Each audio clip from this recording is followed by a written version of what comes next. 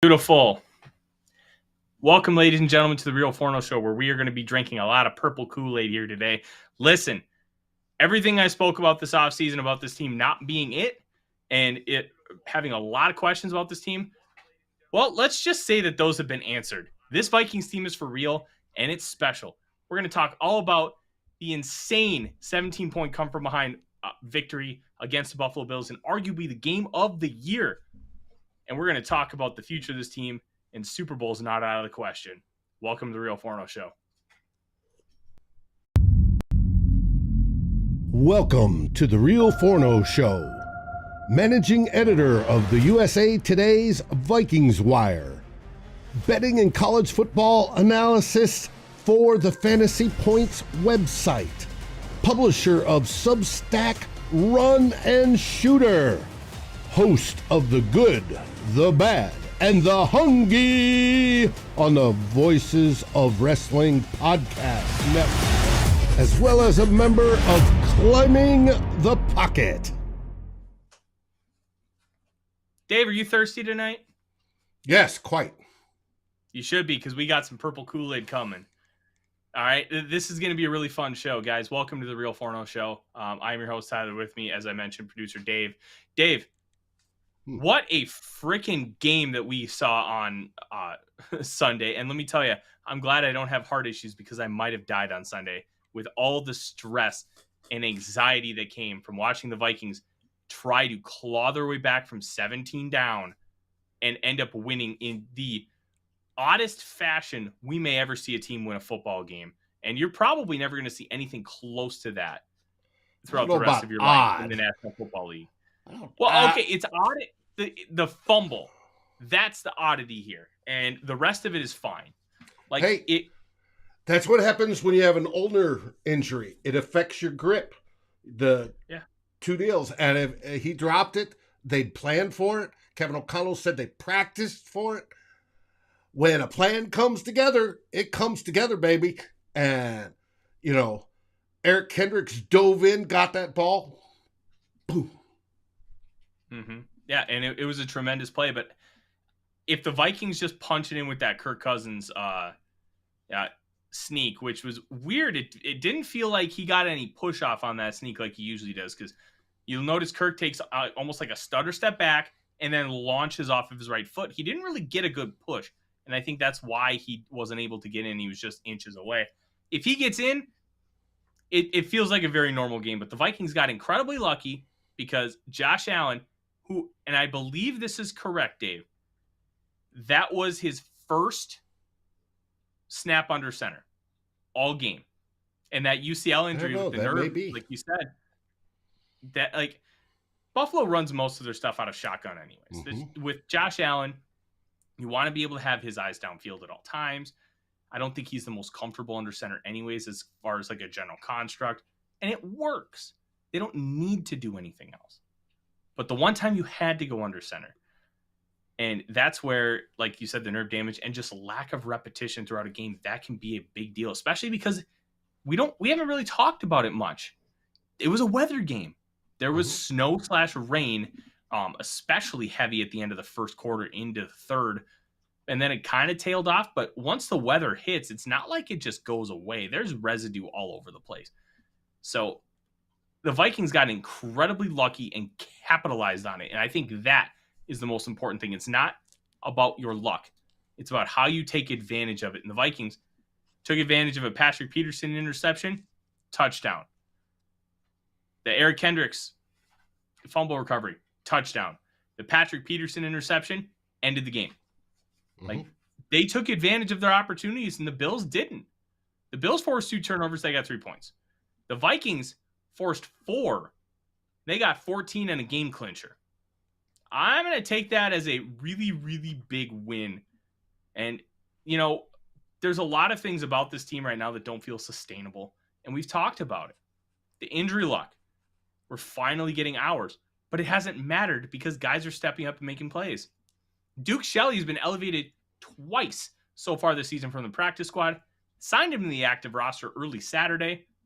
And what does he do, Dave? Makes a huge pass breakup the play before Patrick Peterson gets an interception on Dawson Knox. Shelley doesn't make that play, game over. Doesn't matter. Right? And we're all, who is that? Yes, Duke Shelley. Ingrain that in your brain. That, to me, that game, yeah, it was wild. I don't know how much was luck versus making your own. It had to be the best regular season game I had ever seen. To me, it was Ollie Frazier. They were landing, it started out fast, pretty, floating around, bap, bap, bap, jab, jab, jab. And then it went silent for a while. And then you got to that fourth quarter and it was bam, solid, bam, solid, answer, bam, solid, right? And it was like, oh my God, we're going to go extra rounds. Bam, bam. And it was just hits like that. The constant back and forth and making it, and the whole idea of we're not going to die, right? We're not going to lay over and submit. No, we're going to do everything we can, everything we've been coached to get this game. And when it counts the most, you're 4th down and 18, and you loft it up to Justin Jefferson, and he makes the most remarkable, greatest catch in football history. Now, obviously, that's debatable, but it's got to be up there. When you go up there and high point it, 1 point, catch it with one hand, yeah, like OBJ, oh, that's classic, especially in the playoffs. When you pin it to your helmet, catch it in the, in the playoffs, that's classic, yes.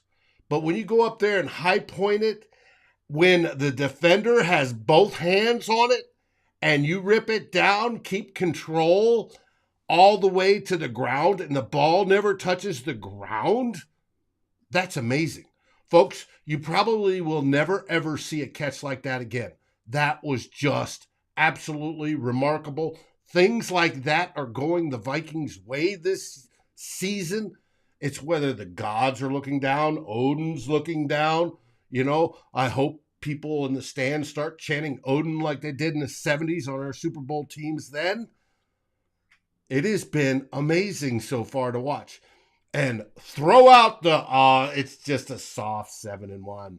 It's illegitimate. They've played nobody. They played lousy teams. We played Sunday the favored team to win the Super Bowl. It took us 5 quarters, or almost full 5 quarters, and we exchanged blow for blow, and we came out on top. You can't tell us this Vikings team is just lucky. They have been doing what it takes to win. And believe it or not, that is the most important thing in football.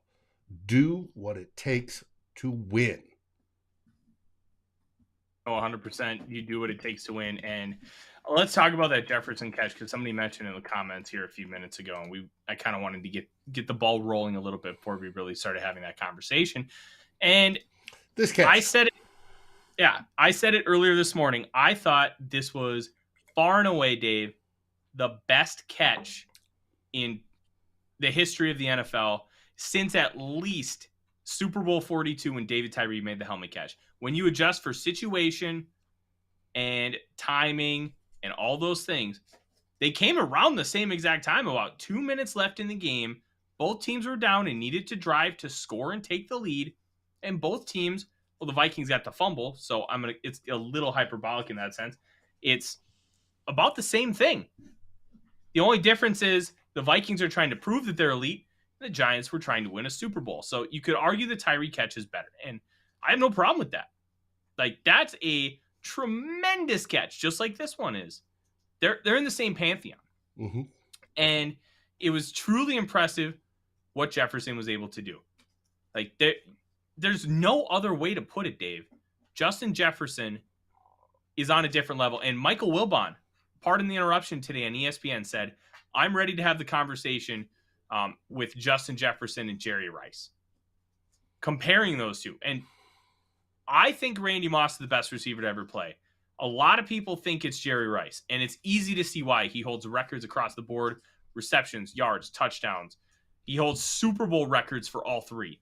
Like, Jerry Rice is a different beast when it comes to being a receiver in the National Football League. And he played 21 years. This is a guy who was able to do it and do it well for a long time. He even had a 1,000-yard season at the age of 40 with the then Oakland Raiders. This guy is incredible. And to have the conversation to put Justin Jefferson in the same category as Randy Moss. Look, we're 3 years into his career, and it doesn't feel absurd. It feels natural because Justin Jefferson is an incredible talent, and he proved it. And you know what? It wasn't just the one catch. He set a next-gen stats record where he had 9 receptions with a less than 50% probability of him catching the football.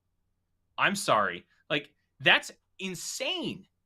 Like, you're talking about a true generational player, and you traded a top 5 receiver in the National Football League to go get him. Like, It's wild how incredibly different, like how that trade ended up. And you got a good starter in there too in Cam Bynum.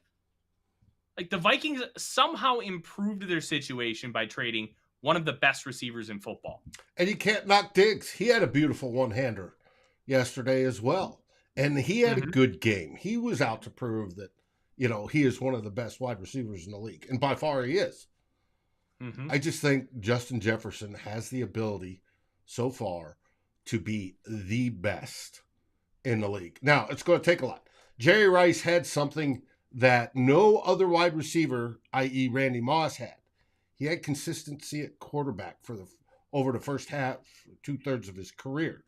He went from Hall of Famer Joe Montana to Hall of Famer, what's his name that followed Montana? Steve Young, right? That's got to help any receiver. Oh, yeah. But Justin Jefferson right now is putting up greater numbers than anybody. First to 100-yard games in 3 years. He's already surpassed Moss.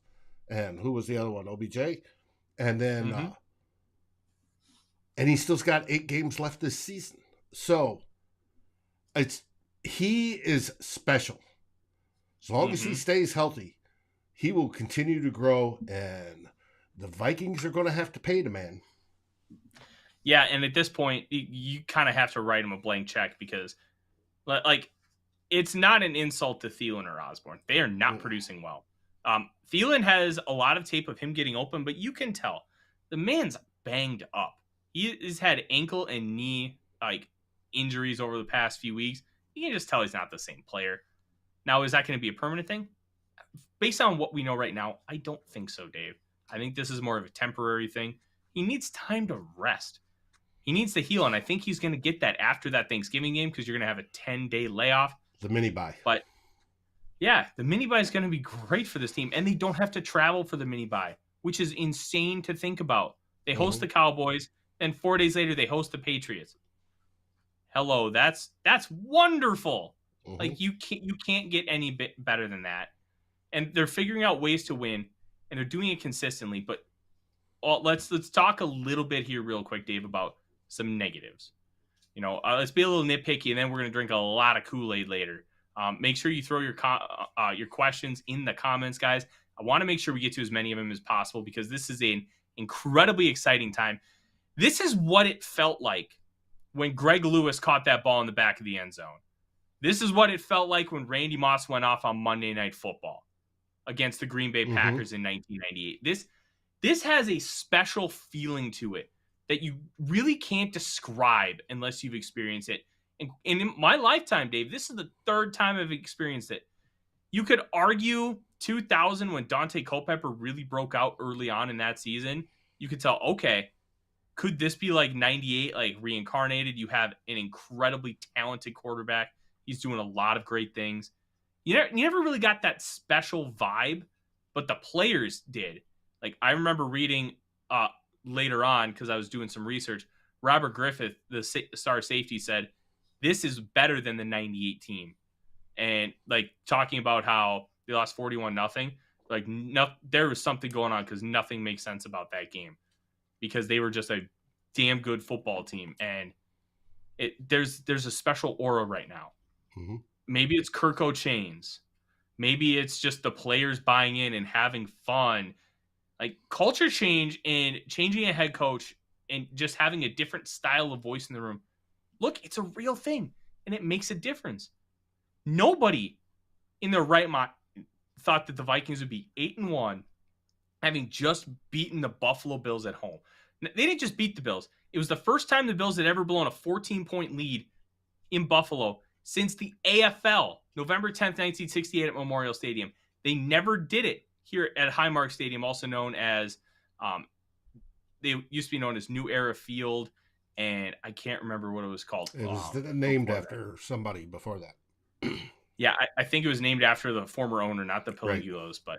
But yeah. So you're talking about a long history of not being futile, no futility. Mm-hmm. Like they've been able to hold leads at home, and the Vikings snapped that. And they're the only team in the NFL to score more than 20 points on the Bills. More than 20. Wow. Yeah, sorry, more than 21. The Dolphins scored 21 on them in week 3. Wow, that's you're and the Bills literally have been favored, and probably still are if you look at the Vegas odds, and I haven't looked at them today, but were by far the biggest to win the Super Bowl. They're at third right now, I believe. I'll pull it up on DraftKings here while we talk. But like what's interesting is the Bills have been favored in every single game they've played in this year. They were even favored playing at Arrowhead, which Vegas determined that they were a 6-point favorite on a neutral field and a 9-point favorite at home. Now, that was a few weeks ago. The Vikings at that point probably would have been 11.5, 12-point underdogs. Now, they started off at 9.5, and it ended up at 6.5 at kickoff. Right. It went down as low as 3, and then when Josh Allen was looking like he's going to play, it went back up. Yeah, absolutely. Like, it's crazy to think about, like, just how good this team has been.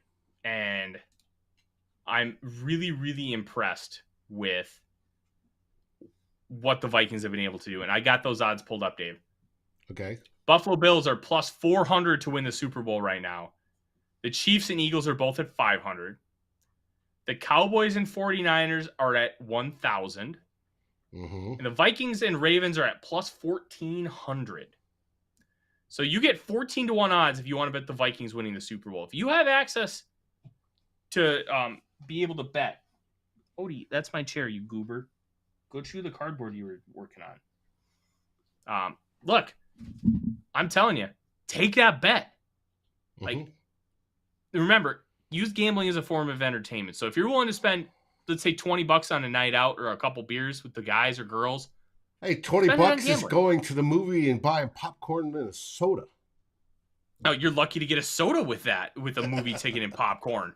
Like, look, I use gambling as a form of entertainment. If I'm not willing to use the money on something else, then I'm not willing to use it on gambling.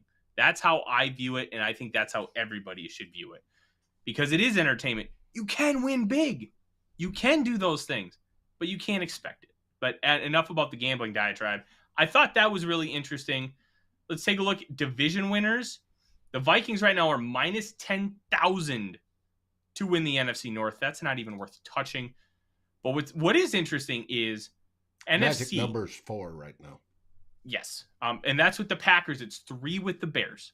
So that needs to be mentioned as well. The Vikings are plus 550 to win the NFC. They're in 4th place. The Eagles are plus 175. The Niners are plus 400. And the Cowboys are plus 450. The Sharps aren't, and the odds makers aren't necessarily quite with us yet. And one of the frustrating things when you hear some of the national talk this morning about this team, the Vikings won fluky. Well, yeah, you can call it that, but take out the fumble recovery and make it a Kirk Cousins sneak touchdown. How's that fluky? It's not. Mm-hmm. It is not fluky at all. This is a team that came back from 17 points down against the number 1 scoring defense in the Buffalo Not only Bills. the number one scoring defense, they did that against the Zebras as well. Yeah, the Zebras were not good. I didn't have an issue, Dave, and I want your opinion because I did not get a chance with all my work to listen to the final score because you guys did an hour and a half, and everybody I talked to said it was phenomenal stuff. God, it was I great. caught about the first 10 minutes, and you guys were crushing it. But game days are tough for me because I have a lot of writing I have to do. But I want your opinion on the Zebras because they called the one pass interference on Andrew Booth at the end of the game. They called one on TJ Hawkinson. They didn't really call it the rest of the game. And I had like one or two nitpicky things, but I was overall fine with how they called pass interference because they tried to be very consistent. Unless it was egregious, they weren't touching it, and they wanted to let these guys play, and they did. I didn't have a big issue with it, but I know a lot of people did. Where do you sit? Well, pass interference wasn't my big bugaboo. However, Leslie Frazier has the Buffalo defense playing smart where the defenders grab the jersey or t-shirt and pull down as the wide receiver's going up. That is the old NASCAR saying, if you aren't cheating, you aren't racing. Technically, It should be illegal, but they're getting away with it. It's just like Green Bay holding by the offensive lineman. They get away with that. Now, the big heartburn I had with the officiating was, one, the catch in overtime that they ruled was a catch when it obviously wasn't, and they didn't review it, right? And they're the only ones that can review that, or in the last 2 minutes. The second one was the 12 men on field where we threw to Dalvin Cook and he dropped it. That both of those are inexcusable. They are there purposely when you're inside, where the only time when you're inside the 2 minutes or in the fourth quarter, and the only people that can review it is New York, right? Or the referees on the field. They've got to be able to do that on important plays and not just let it go, right? It looks like somebody was slipped a Benjamin, under the door type thing. And then the counting of the 12 people, they are supposed to do that every single play, count the hats, right? And they're supposed to go 1, 2, 3, 4, 5. There's somebody designated to count, and it didn't happen. And those two plays are inexcusable. If Dalvin catches that ball, Vikings win, right? If the non-catch was ruled a non-catch, well, that changes how Buffalo approaches it. They have to kick a longer field goal to tie. I think it was in the last 2 minutes. And can they do that? That's questionable. It's stuff like that gets irked. And there was a ton of holding that Buffalo was getting away with. And it was it was a little frustrating, but they had a bad game. Now, whether it was on purpose, that I don't know. But the Zebras had a bad game. Now, there were some bad calls that Vikings should have been called on as well. A lot of this stuff evens itself out, but yesterday I think it was more against the Vikings than it was even, and it's frustrating. But we have to live with it. It's what we play with. It's like, the backfield judge taking out Cam Bynum on that sure interception last week. Yeah. Let's talk about, because there were two instances that were really egregious. One of them was at the end of the game, at the end of the fourth quarter, actually. And the Bills had 12 men lined up. It wasn't caught, and then it wasn't caught on replay. That was, I believe, the Dalvin Cook drop. It might have been the play before. So you have 12 men on the field. They're not even trying to get off. They're just playing with 12 men. It was completely missed. And then they didn't even replay it either. And it's not like the Vikings were rushing at this point because they had time. They were trying to drain the clock for the score, so then Buffalo doesn't have nearly as much. And the Bills are the ones using timeouts, so they missed that.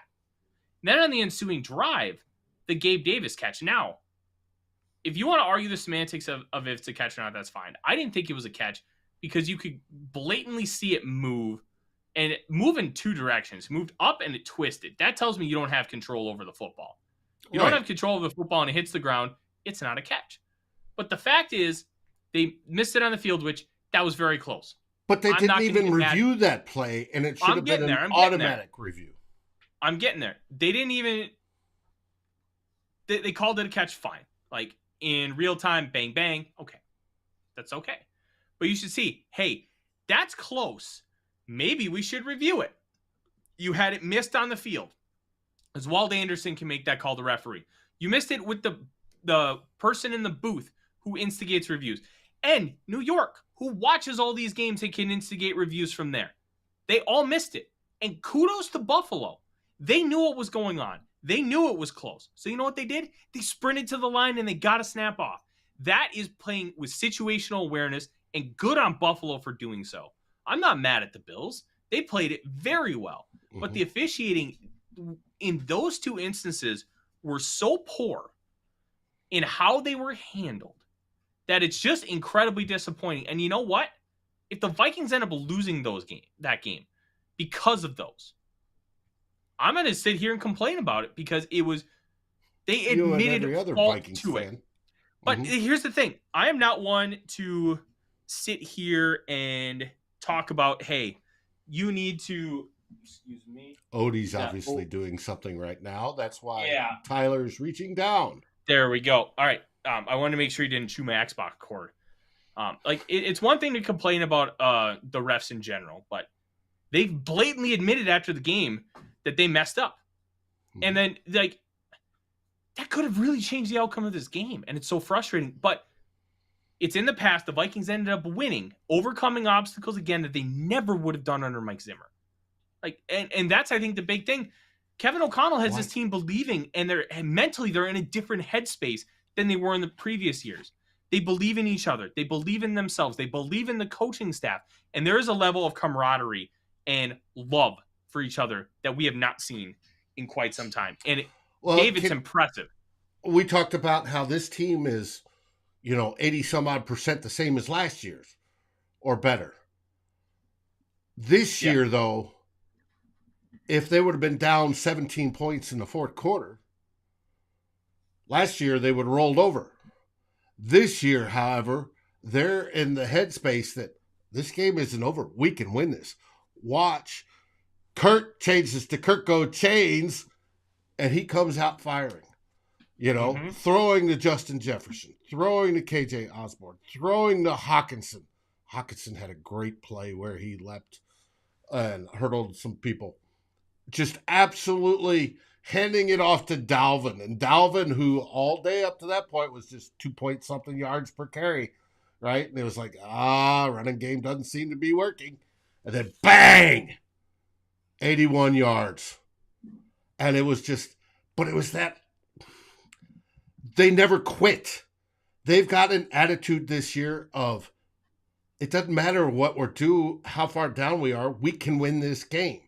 And building that up, building that knowledge, building the ability that, hey, we've faced this before, we can win. We've done it now 8 times, 7 in a row, we can win. That's going to carry them into the playoffs. That is the last switch that should change this from, hey, we made it into the playoffs, we're one and done up, right? Let's get our tee times for spring or down in the South. No, that changes it to, we can play with anybody. We can beat anybody, right? And if you get that ingrained as a whole into the whole player mentality, the team's mentality, this team is going to be extremely dangerous. Do I think they can win out? That's odds-wise probably unlikely, but that's unlikely for every team, whether it be the Chiefs, whether it be the Bills, whether it be the Eagles, whether it be us. But do they have the possibility? This game coming up against Dallas this weekend, we're the underdogs per Vegas by 2.5, which I think is... It's up to 2.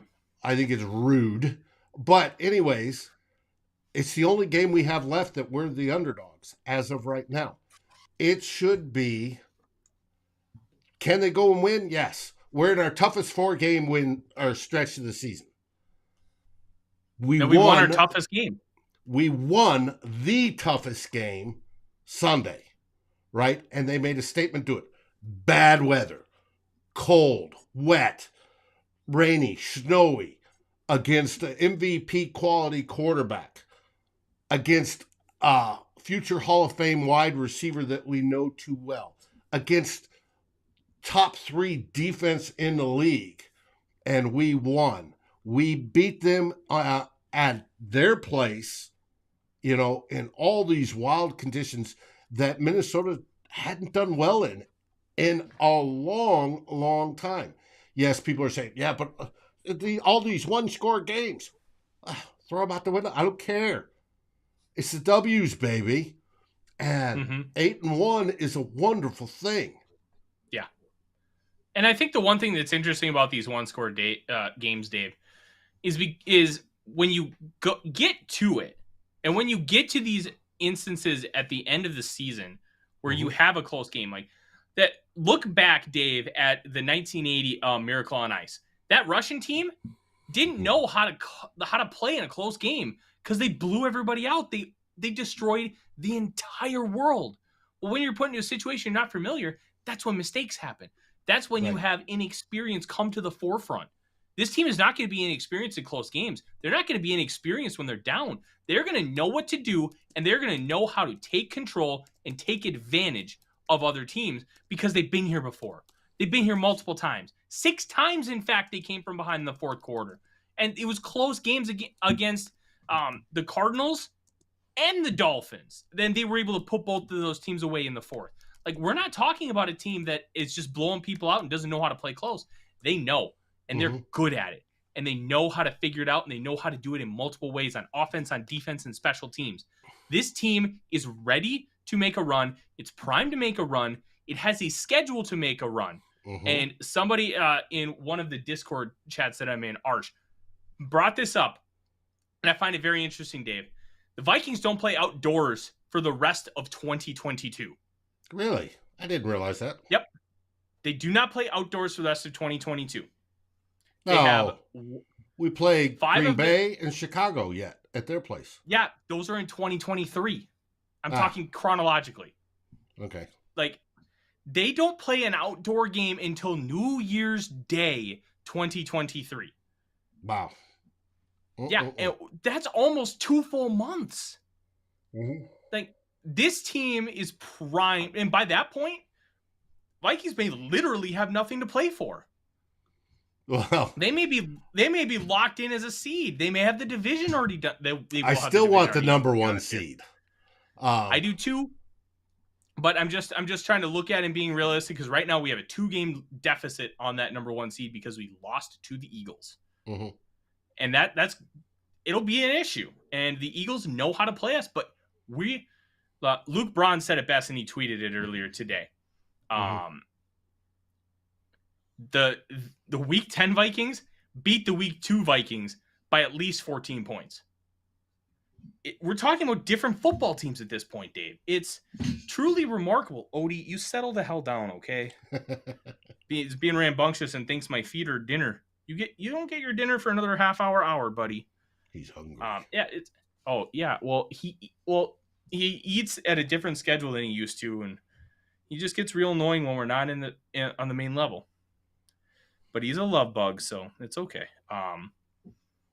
This team has a chance to really make a run, and I'm here. I'm ready to drink the Kool-aid because I sat in this very space, Dave, and said there are too many questions about this team, and I don't have answers for them, and I don't think that they can continue the positives and fix all the negatives.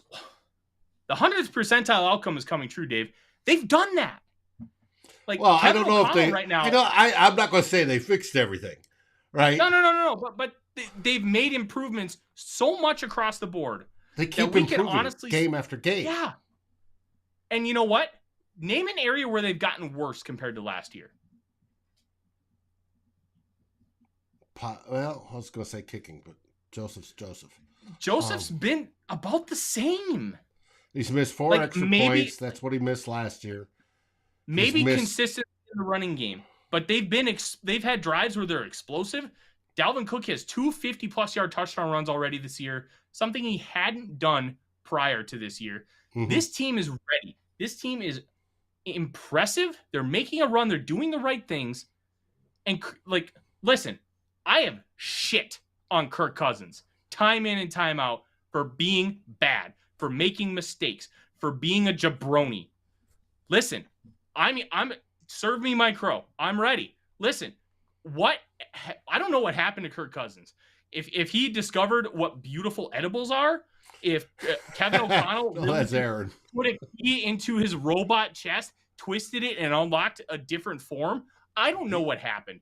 I'll say this. Whatever happened has been an incredible turnaround, something we have never seen in the National Football League. He is playing different. He is playing more aggressive. He is still being careful with the football, even though he has multiple turnovers. One of those yesterday, I wrote about it for the Vikings Wire, was not his fault. That first interception was not KJ on was Kirk knocked Cousins. off. Route. Yeah, KJ was knocked off his axis, and that was just enough to make sure he was short of the football. Now, was the throw perfect? No, it wasn't perfect. But if KJ's in the right position where he should have been, he would have caught it. Doesn't matter. KJ just goes like this, catches it, gets another 10 yards. Mm-hmm. And the second one, I think he just thought Dane Jackson was Justin Jefferson. That's the only thing I can think of. It's so out of character for him. Look, he makes bad throws. He makes poor decisions and throws interceptions. But the Philly game is a perfect example of it. That throw tells me that there was something off, and he thought he was seeing something completely different. That was not necessarily what I would consider a stupid throw. It was misguided. He tricked himself into what he was seeing. And it is what it is. Quarterbacks have that. Josh Allen had it yesterday when he threw that last interception. Like, quarterbacks do that, and it's fine. It's objectively fine. You deal with it, and you move on. But how Kirk has handled the end game, how he has been so good. I am putting together a compilation of his best throws from Sunday.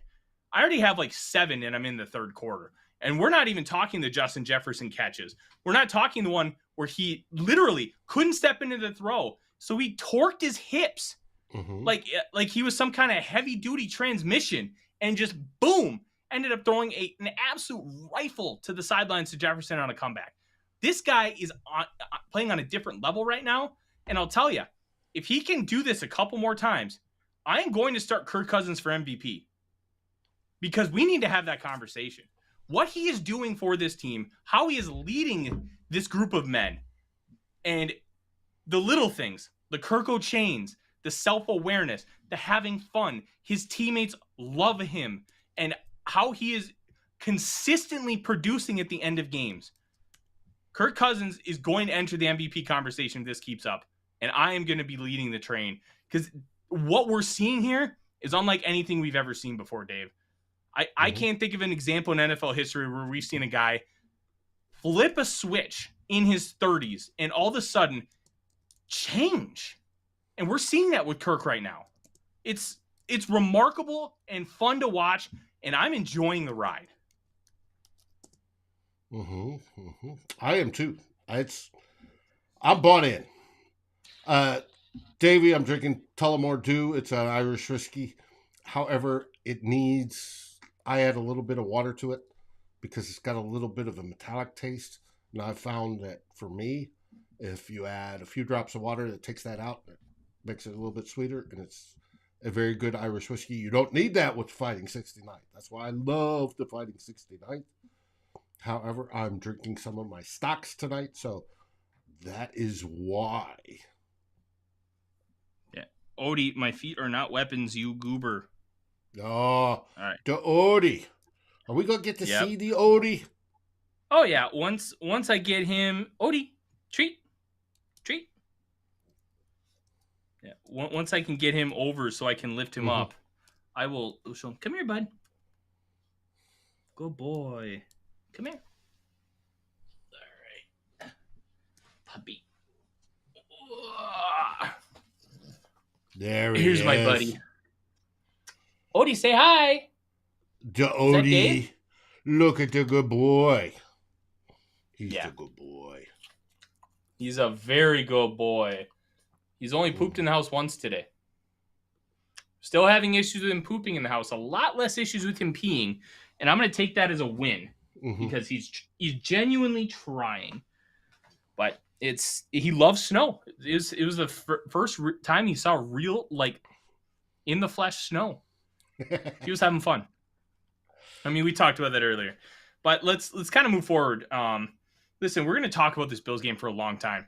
This is this is one we're going to be watching 20 years from now, right? You're going to see that Justin Jefferson catch about 10,000 times over the next 50 years.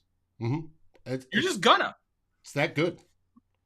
I want to get your opinion on this, and then we're going to talk a little bit about the Dallas Cowboys, Dave.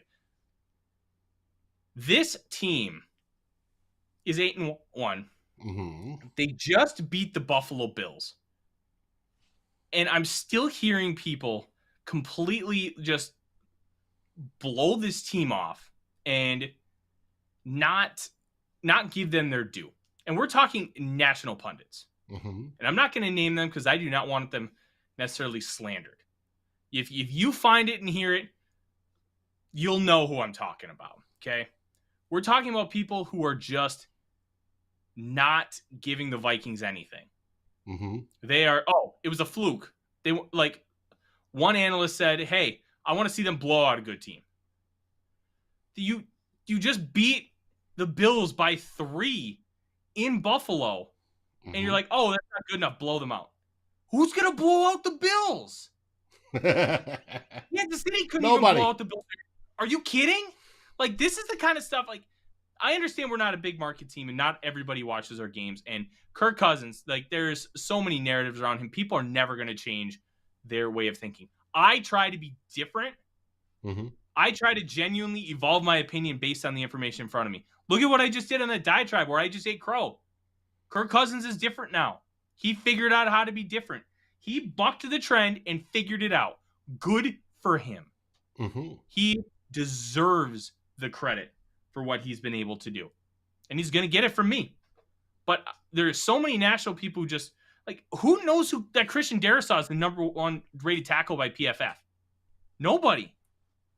Like, there's literally nobody talking about how good Christian Darrisaw is. Right.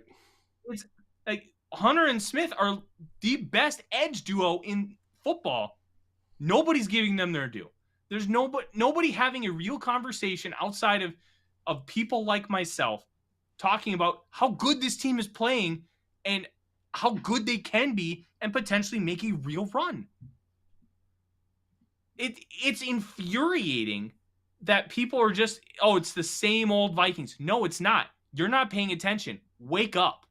Mm-hmm. This is a wake-up call for everybody, Dave. It drives me nuts that people are not giving this team their due. And you know what? Hey, but let it be that way. Let them think they're the underdogs.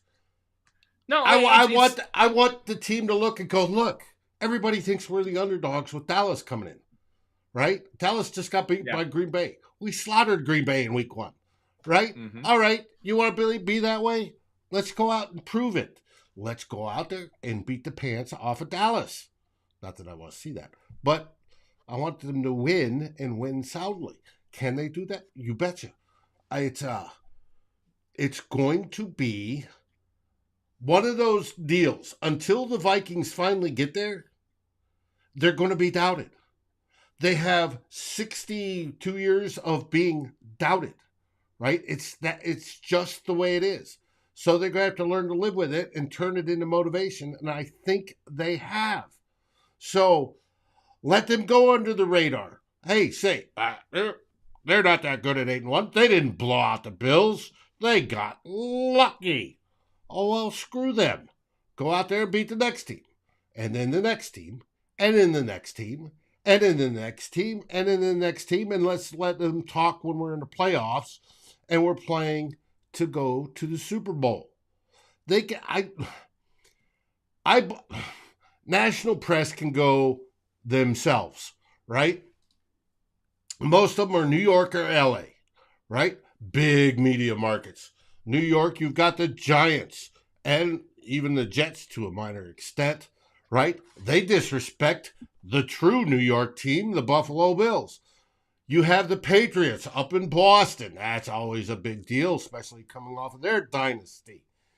Washington used to be, not so much. Miami's being bigger this year, right? They go, oh, Miami's going to win the AFC East. Who beat Miami? Vikings. And it's, let it be that way. Out on the West Coast, you got, well, the Rams are having a Super Bowl hangover. Well, they may not make it. But San Francisco 49ers, look at them. Right? Well, to heck with them. Do that. Dallas is always huge. America's team. God, I hated that. Well, they're going to have a big market. They're going to believe. So let them believe. And let them come in to U.S. Bank Stadium on Sunday and lose. Because you think the Vikings are going to step down when the national press and everybody's like, oh, the Vikings aren't really this good. Vegas is like, oh, we're not even favoring you in your own house.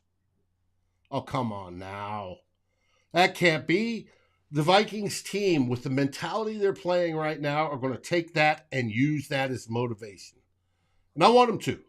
Let it be that way. Let the rest of the nation, go on the Vikings. Sure, go ahead. Do it at your own peril. Yeah. Look, I get that too, but I'm just... My biggest thing is they're not even fully educated on what this team is doing. They're obviously not watching every week, which you should, if you're going to be talking on a national level, you should at least have a good understanding of what each team is doing. That's my problem. Look, if you look, I think this team is very good. I don't have the confidence in them to make the full run. Okay, that's a well-reasoned take. Right. There was one pundit who said that Brian O'Neill was the second best player on this team. Dave, I don't even know if he's top 5 anymore, and that's not even a slight to Brian O'Neill. Christian Darrisaw is arguably the second best player on this football team. Cousins is playing out of his mind. You've got Zadarius Smith, Daniil Hunter, Harrison Smith, Patrick Peterson both playing tremendous football. Like, what are we doing here? And that's my big issue. Understand and take a few minutes to know that this is not the same team. But they're not going to get the recognition until they actually win, go deep in the playoffs and win something. It's just the way it is. We don't have the personalities on the team that demand it. We don't have a Randy Moss, which is fine. We have Justin Jefferson, and people are looking at Justin and going, wow, Justin Jefferson's good. Oh, yeah, he's good. All right. He may turn out to be the best ever when it's all said and done. It's just, let them be that way. It is what it is. We're flyover country to the most of the nation. So, and that's what they think of the football team. Let them. Mm-hmm. Our team, the group of guys, have each other's back. They know they can win. They've been through adversity in many different ways, styles, different opportunities, different, everything's been different each game to game, and they found ways to win. And each time they do that, they build confidence. So they have confidence in themselves, and that's all they need. There's been times, well, if you look back at world history, when some great army, there's no way they're going to get beat, and they get beat because some young upstart has, believes in themselves and comes across with better tactics or better whatever, or, surprise and stuff like that. It happens. It happens throughout history. This is our year where the Vikings, and buddy, I'm all aboard, where the Vikings have figured that out, and whether it be the gods are now behind them, it's a good thing. We talk about, a joke around how Odin used to be there in a stadium in the old Met, and Odin, obviously being a Viking god, used to watch out and, and put his oomph behind him. And if you're into any sort of that history on how those gods worked, they used to do that behind human endeavors that they liked. And if you want to count that as it is, hey, great, all for it. Let them do that. But it's the people. It's the Kirk Cousins, Kirko Chains. It is the Justin Jefferson. Every ball he throws up, I'm catching. It's Christian Darrisaw going, You ain't getting to the quarterback through me. Are you kidding? It's Mm-hmm. Ezra Cleveland turning around and go, I ain't got nobody blocked, so I'm going to go knock that guy's head off, right? It's stuff like that that's going to take this team far. And we haven't seen it in a long time, literally since 2017. 2017 was, oh my God, look at the horseshoe around Case Keenum's neck, right? And we had Adam Thielen and Diggsy were getting wide open, and a lot of times they were being missed, and we complain about that. Look at it, straight down the field. But it didn't matter. Case Keenum was hitting everything, and we were winning everything, right? This team is different in the fact that, one, the defense in 2017 was literally the best. But this team, the defense is building up and getting better and better and better. And it wasn't expected to be the best. It wasn't even expected to be mediocre. But it's getting better and better and better, and they're above that now. And then the offense, where the strength is, right, there was, but it's still got Kirk Cousins. We know Kirk Cousins. Kirk Cousins is, he's the CEO type. He goes out there and he doesn't care. He'll take the 2-yard check down to C.J. Ham every day of the week. And then when we're behind by 3 touchdowns, he'll go out there and throw a god-awful amount of stats. That's changed this year. That's not who they are. They believe in each other. And that belief, along with the coaching that they're getting right now, is what's making the difference. And it's not going to stop. They're still going to say, hey, we're going to look at my boy Ed Ingram and go, Ed, why'd you step on Kirk's foot twice? Here, we need to fix this, right? And have our offensive line coach go, we need to fix this. And if it's either widen the offensive lineman out a little bit more or change how Ed takes that step back or speed up even Kirk coming from out under center. It doesn't matter. They're going to fix it. I'll bet you don't see that next week. I'll bet you see those little itty bit incremental improvements. We have all season. You cannot discount that. Guys on the coast, national media, discount that all day. Go right ahead. I don't care. I'd rather listen to local guys like us on Climb in the Pocket, or Ted and Drew on Vikings Report, or Ryan over on Vikings Uncensored. Score North. Love those guys, right? The local guys that care and put out product, that are there watching every day, taking in every single press conference, that are watching every single play, breaking it all down, you breaking down tape, right? We've got guys on CTP that do that absolutely fabulous. If you watched, good friend of the show does Kindred Skulls, Nick Olson today. He was having fun throwing up clips on Twitter. It was just amazing. And that's going to continue. I don't see any reason for it not to. Yeah, if we have a major injury to somebody major, yeah, that's possible. But it's still in their mind, we can still win. We just had that perfect, defensive play. By who? We didn't even know he was on the team. Duke Shelley, baby. You can't. Sometimes this is a special season. We asked, are the Vikings special? Yes. And is this a special season? Absolutely. Yes, I forgot. You are 100% forgot. 100% correct. TY catch 84. I forgot one bar in Lupagus. My boys, I love them to death. And but that's the perfect example, TYA. You have folks that love this team, that watch this team, that eat up this tea. One bar was on today talking about how we signed O'Shaughnessy or whatever it was to the practice squad today.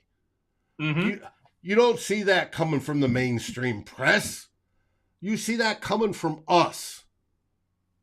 And if folks say, you guys aren't journalists, well, screw them, right?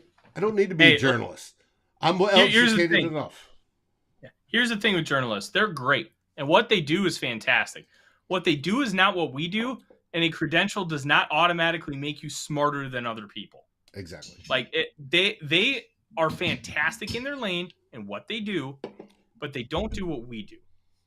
And understanding the difference and knowing that, hey, if I consume them and then you come here and consume us, you're going to get a much bigger picture than if you just focus your lane on one specific area.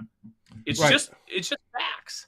Like everybody in this ecosystem deserves to be listened to get a perspective. We're going to give you a film and we're going to give you an analytical. We're going to give you a very broad perspective. Other people are not going to be able to go that way because they have their own way.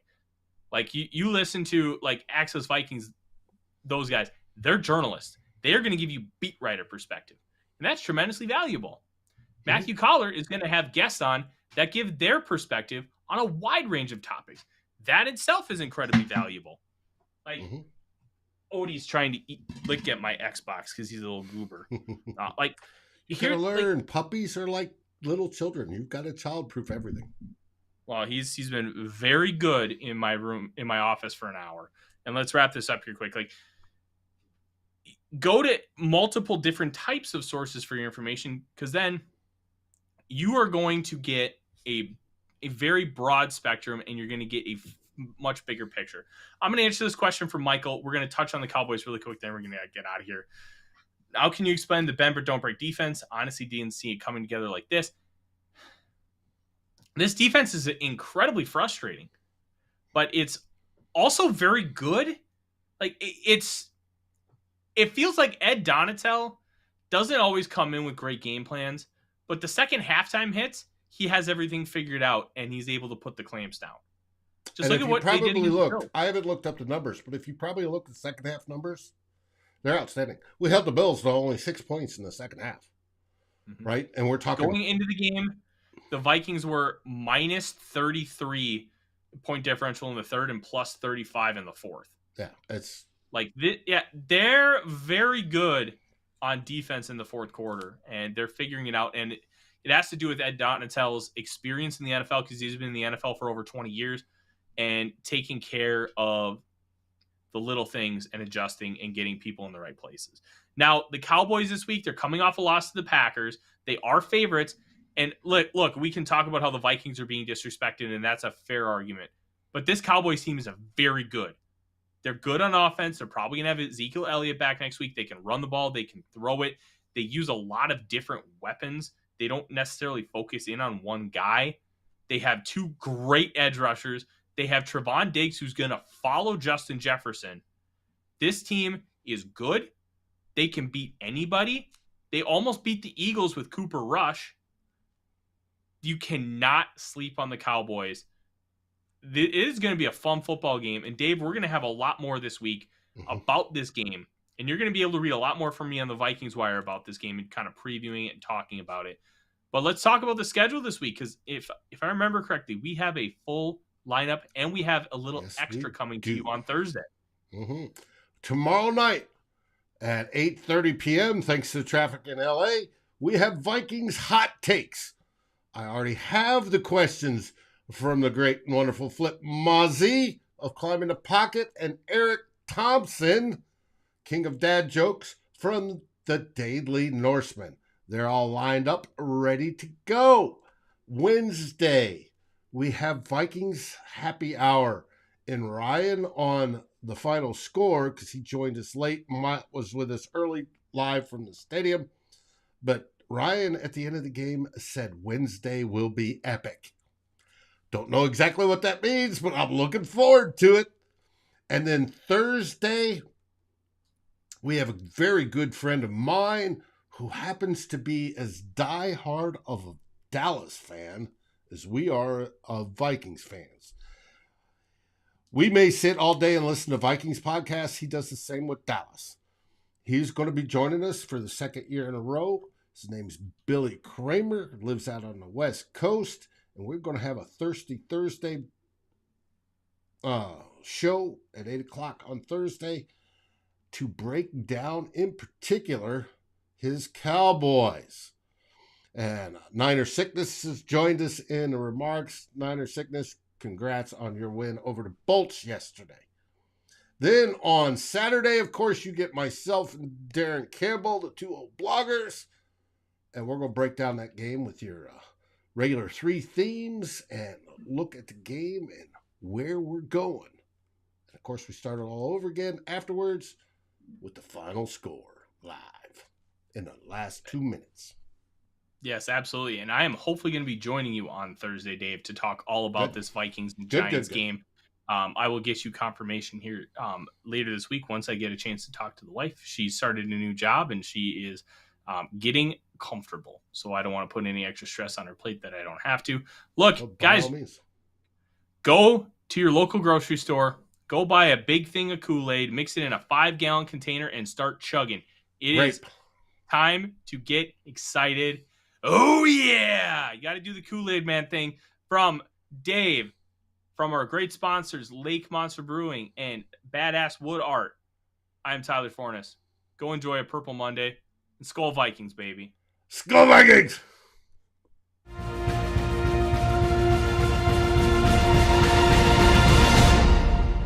Thanks for watching. Like, subscribe, and ring the bell, and rate us on your favorite aggregator.